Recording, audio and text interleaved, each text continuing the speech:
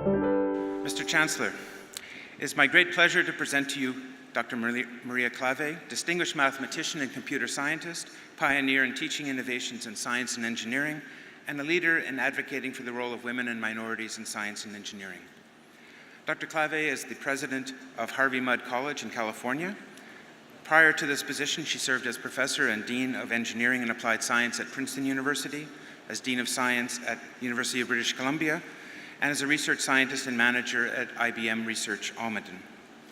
Dr. Klawe earned a BSc and PhD in mathematics from the University of Alberta, and a second PhD in computer science from the University of Toronto. Her many achievements encompass pure and applied science in academic, professional, industrial, and societal contexts. In addition to her many leadership roles, she's made important contributions to mathematics and computer science, including discrete mathematics, theoretical computer science, and human-computer interactions. She's also very widely recognized for bringing to the fore gender issues in information technology and the information technology industries. In recognition of her pioneering roles in research and education, Dr. Klawe has received many national and international awards, including the Anita Borg Institute's Woman of Vision Award for leading the charge in bringing more women to STEM, the Carnegie Corporation's Academic Leadership Award in recognition of her vision and commitment to excellence in undergraduate education, liberal arts, equal opportunity, and the development of major interdisciplinary programs. Of particular note, in the global societal context, Dr. Klawe was on Fortune's 2014 list of the world's 50 greatest leaders.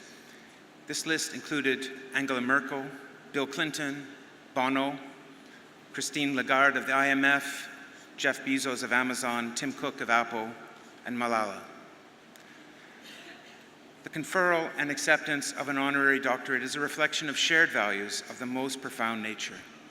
As a pioneer of computer science and mathematics, and a lifelong advocate for the role of women in science and technology, Maria Klawe is an inspiring role model to all of us at McGill. Her association with our university makes us very, very proud. Mr. Chancellor, I present to you Dr. Maria Klawe so that you may confer upon her the degree of Doctor of Science honoris causa.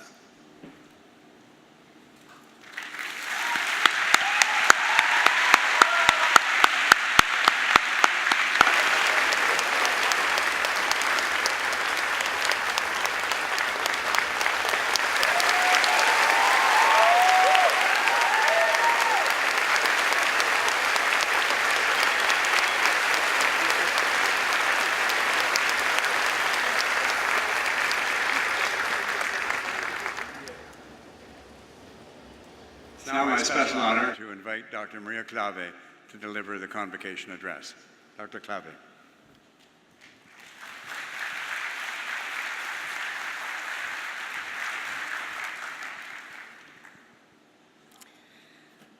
Chancellor Mahon, Principal and Vice Chancellor Fortier, Mr. Panda, Chair of the Board of Governors, proud parents and guests, and most of all, members of the graduating class of 2018. I'm incredibly honored to now be a member of the graduating class of 2018 at McGill. And I want to offer my congratulations to all of our graduates today and thank the McGill University for giving me the opportunity to give the commencement address. And I want to start by calling out one particular parent who can't be here. His son, Aidan Fustel, is graduating in neuroscience. We have his mother and his brother here in the front row. His dad, however, chose not to be here. He's on space station. He doesn't get back until October 4th. So we know that Drew will be sending a video message to congratulate his second son to graduate from McGill University. And Drew, we wish you could be with us here today. Over the last few months, I've been reflecting on what I wanted to say. The traditional role of the convocation address is to give you advice that might be useful to you as you go forward into your new lives, inspire you to do great things, and help you appreciate the education you have received. Let me start with the last topic, the education you have received as science students at McGill University. I did my undergraduate and graduate studies at the University of Alberta. While I was a student, I didn't fully appreciate how much that education shaped the rest of my life. The talent and dedication of many of my professors and my opportunity to start teaching other students at the age of 18 made me determined to spend most of my career in higher education. It was a big part of what eventually led me to Harvey Mudd College. I know that at McGill, you have had many similar experiences to what I treasure in being at Harvey Mudd. Experiential learning, innovative approaches to teaching and research, professors who love to work with you and help you develop your path in life. A dynamic intellectual community that places a high value on collaboration. Opportunities for undergraduates as well as, of course, graduate students to engage in research. You are very fortunate to have an education like yours. So now let me try to inspire you to do great things. Until I was in my mid-30s, and I'm now in my mid-60s, how did life go by so fast? But until about 30 years ago, I thought that one's long-term level of achievement and impact was mostly influenced by one's ability. I was wrong. It turns out that if one wants to make progress on a difficult problem, whether in research or in changing the world, the most important elements are, first, to pick a good problem. Second, to persist and work hard, especially when success is doubtful. Because I will tell you, if it's a good problem, it's hard to make progress. And third, to regularly evaluate your approach and be willing to rethink your strategy. In most cases, it's also important to know how to build teams and alliances and be willing to ask for help. People do great things when they decide to do something important and stick with it. Every single one of you is capable of doing great things. An education from a great university like McGill is one of the best preparations for making the world a better place. Okay, now for the advice part. I've chosen 3 pieces of advice based on my life experiences, and I tried to pick things that you might not have been advised about before. Now, the first one is to pursue your passion where there is a need. The second one is to be open to the unexpected and unwanted. And the third one is, it's never too late to learn something really difficult. Pursue your passion where there is a need. I've had 2 lifelong passions. I've had 2 lifelong passions, mathematics and painting. Actually, I have many lifelong passions: music, reading, children, cats, birds, teaching, the outdoors, and many more recent ones. But math and art have been core themes in my life since my preteen years.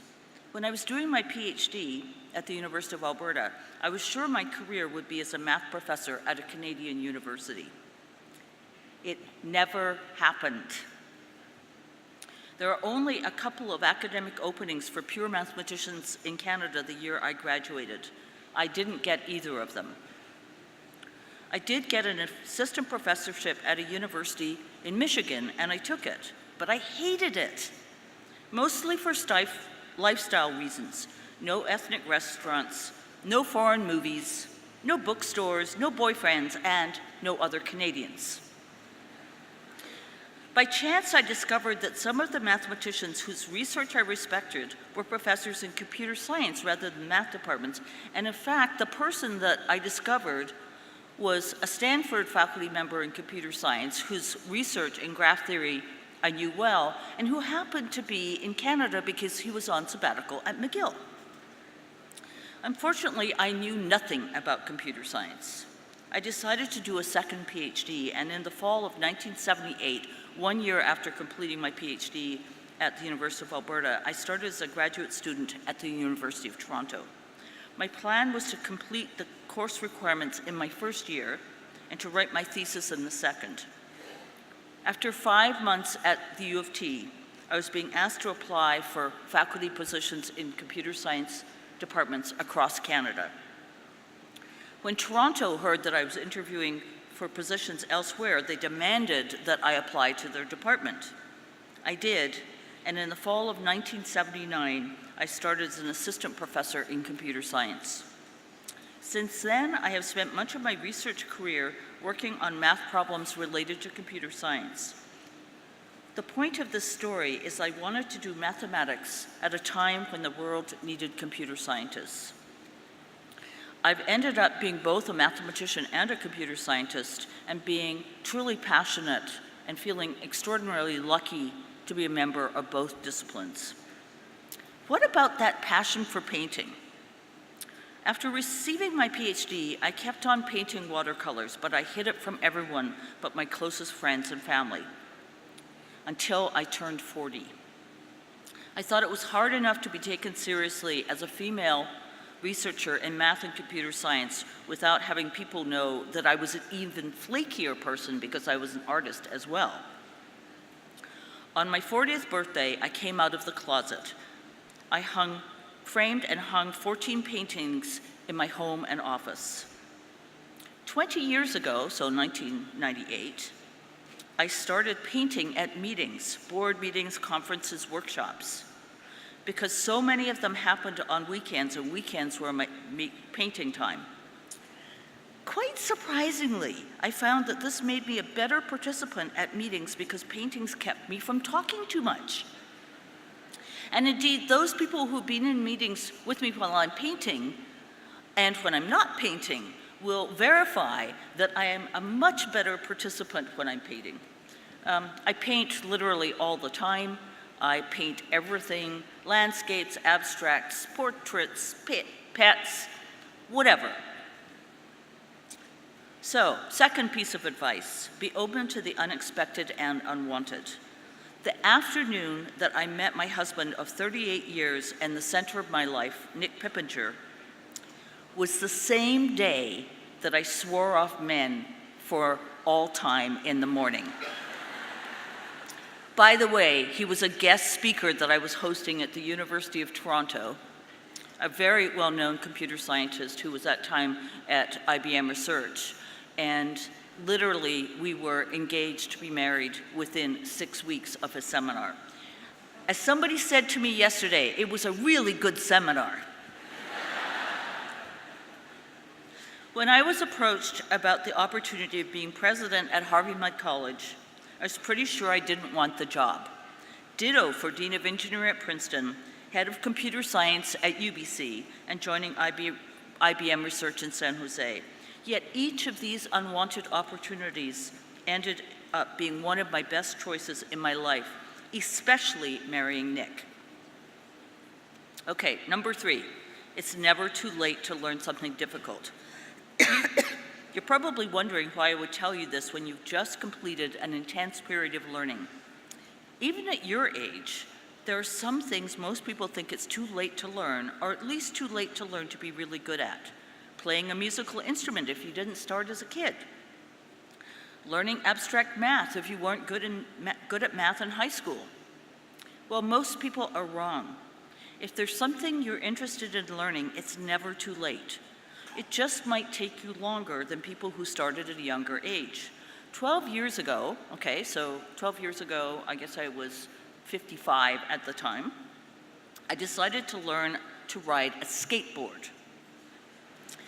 There are skateboards everywhere at Harvey Mudd College, and I'd always wanted to be able to ride one. Most students don't ride one before they come to Mudd, but in the first week or two on campus, they learn. They also learn to ride lots of other things like unicycles and freeliners, that are these weird things that are much harder than skateboards. After 4 years of practice, I was just about as good as the students are after 2 weeks. But learning has had so many advantages. My balance has improved. Better still, even the shyest students like to talk to me when I'm on my skateboard. Apparently, I look like such a klutz that I become completely non-threatening to them. And yes, while learning, I wore a helmet and what seemed like a dozen pads: knees, elbows, wrists, tailbone, hip bones. And yes, I have fallen off my skateboard. The important things about learning something you find particularly challenging is that it helps you become a much better learner and a much better teacher. Our society generally advises people to focus on what comes easily to them. I think it's also important to focus on learning things that we find particularly difficult, which definitely skateboarding was for me. If you can remember these pieces of advice, pursue your passion where there is a need, be open to the unexpected and unwanted, and it's never too late to learn something difficult, you will do great things. Congratulations again to the graduating class of 2018.